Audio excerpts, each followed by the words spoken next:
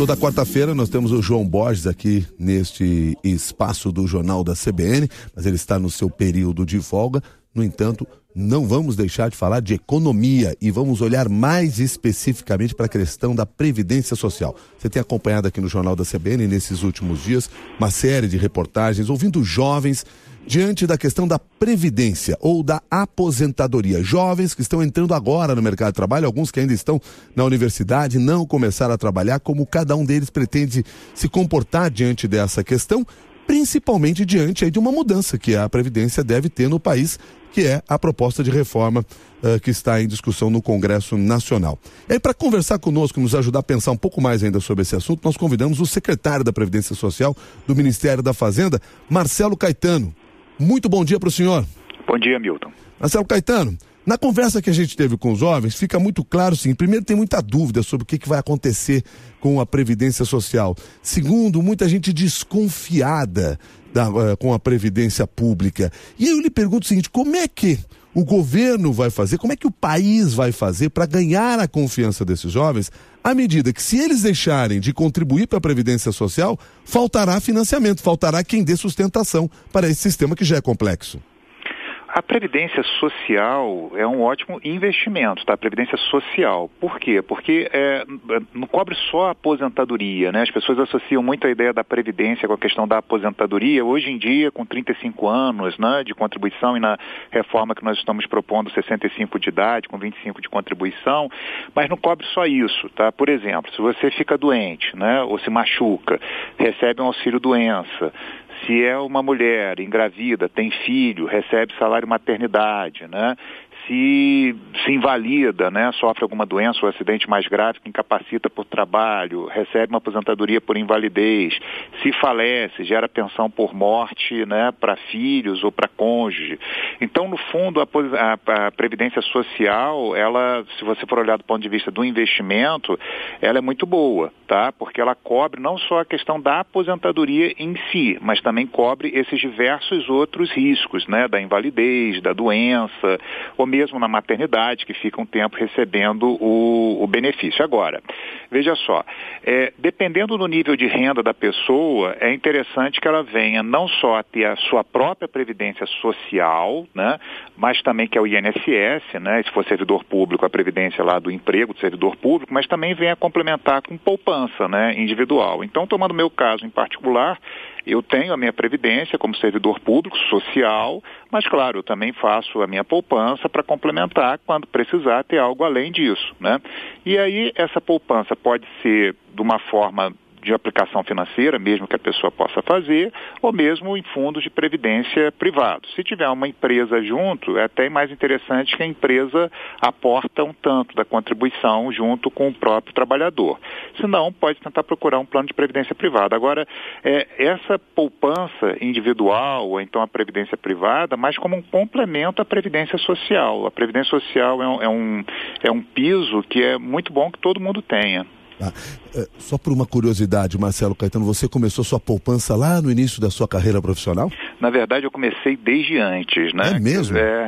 Na verdade, eu sou descendente de árabe e judeu ao mesmo tempo, né? Então, já tem uma característica genética aí de poupar um pouco mais, né? Então, assim, minha avó me dava uma mesada, eu já punha lá na caderneta de poupança, então eu tenho o hábito, de fato, de poupar, mesmo antes de trabalhar, né? Mas, enfim, claro que aí também tem a própria, quando eu comecei a trabalhar, e mesmo antes, eu já como estudante, eu já contribuía para o INSS, né?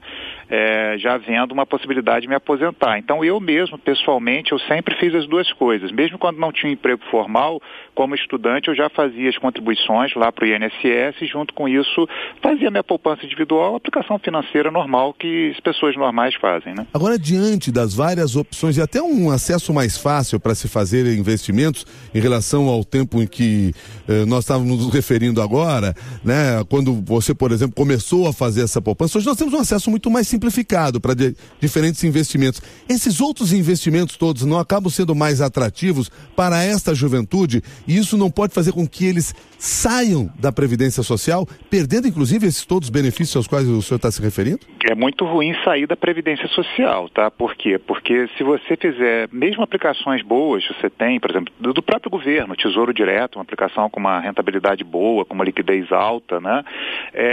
Agora, se você fizer só suas aplicações nisso daí, você não está coberto por uma série de riscos, tá? Então, digamos que alguém venha, pode acontecer, sofre uma doença ou sofre um acidente e se invalida, né? Quer dizer, dificilmente se você fizer uma poupança só por conta própria, você vai conseguir ter uma renda de longuíssimo prazo para cobrir essa invalidez, né, ou esse acidente. Na Previdência Social, ela te garante isso, tá?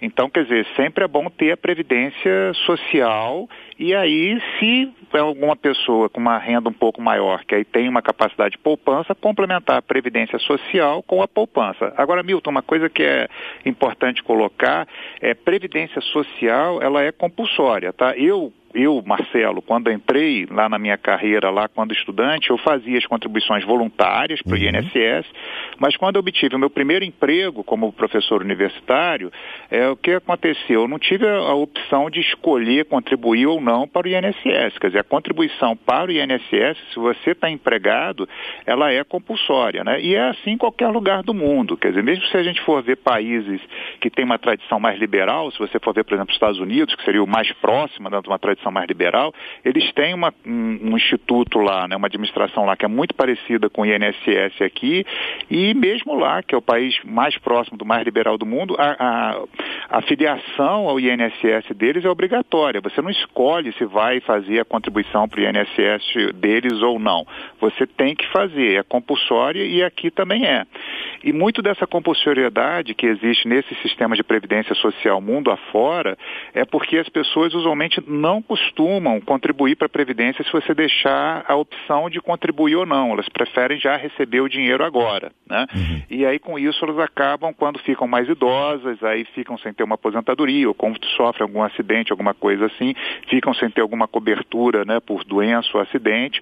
Então, mesmo se você for pegar Suíça, Estados Unidos, países com tradição bem liberal, a Previdência ela tem um caráter social, ela tem um caráter compulsório. A privada não, aí cada um coloca se quiser, né? Agora, hoje nós estamos falando inclusive sobre jovens que não estão conseguindo entrar no mercado de trabalho. Então, quer dizer, esse jovem não tem essa contribuição compulsória, mas a sugestão seria que ele começasse a contribuir desde já, até levando em consideração esta possibilidade de uma mudança nas regras, uma extensão maior, e a tendência é que ela ocorra, seja 65 anos ou qualquer outra idade que seja definida, mas fica muito claro que a contribuição terá que ser feita por muito mais tempo. Quando a gente está falando de previdência, tá? Seja ela na social, seja ela uma previdência particular, quanto antes você contribuir é melhor, tá? Na social, por quê? Primeiro que, enfim, se você, aquela questão da doença, invalidez, você fica coberto desses riscos quando você está contribuindo para a Previdência Social. Mesmo se a gente for considerar para aposentadoria, né, convencional, mesmo nas regras de hoje, ou nas regras que nós estamos propondo, quer dizer, quanto mais tempo a pessoa contribui, mais ela recebe de aposentadoria lá na frente, tá? Então, quer dizer, mesmo hoje, com o fator previdenciário, com a fórmula 85-95, quanto mais tempo a pessoa contribui, melhor é o benefício dela. E também na fórmula que nós estamos propondo com a emenda da Previdência, também quanto mais você contribuir para a Previdência Social, maior lá na frente é o seu benefício. Então, do ponto de vista da Previdência Social, com certeza, se puder, quanto antes contribuir, melhor. E do ponto de vista da poupança individual, seja ela fazendo uma aplicação em Tesouro Direto, ou então em alguma previdência privada, também quanto antes você conseguir começar a aportar, melhor. Por quê? Você já fica com mais dinheiro acumulado, né? E aí quando chegar lá na frente, você não vai precisar poupar tanto, né? E também já vai ter mais dinheiro para você conseguir ter um benefício maior lá na frente, numa aposentadoria mais gorda lá na frente. Por falar em reforma da Previdência, Marcelo Caetano, 2017 será o grande desafio do governo federal, a aprovação dessas regras? Com certeza, né? Quer dizer, foi encaminhada a proposta no início de dezembro, né? E nas semanas seguintes foi aprovado no Congresso Nacional, ainda na Câmara dos Deputados, o que tecnicamente se chama de admissibilidade na Comissão de Constituição e Justiça, né? Que é o quê?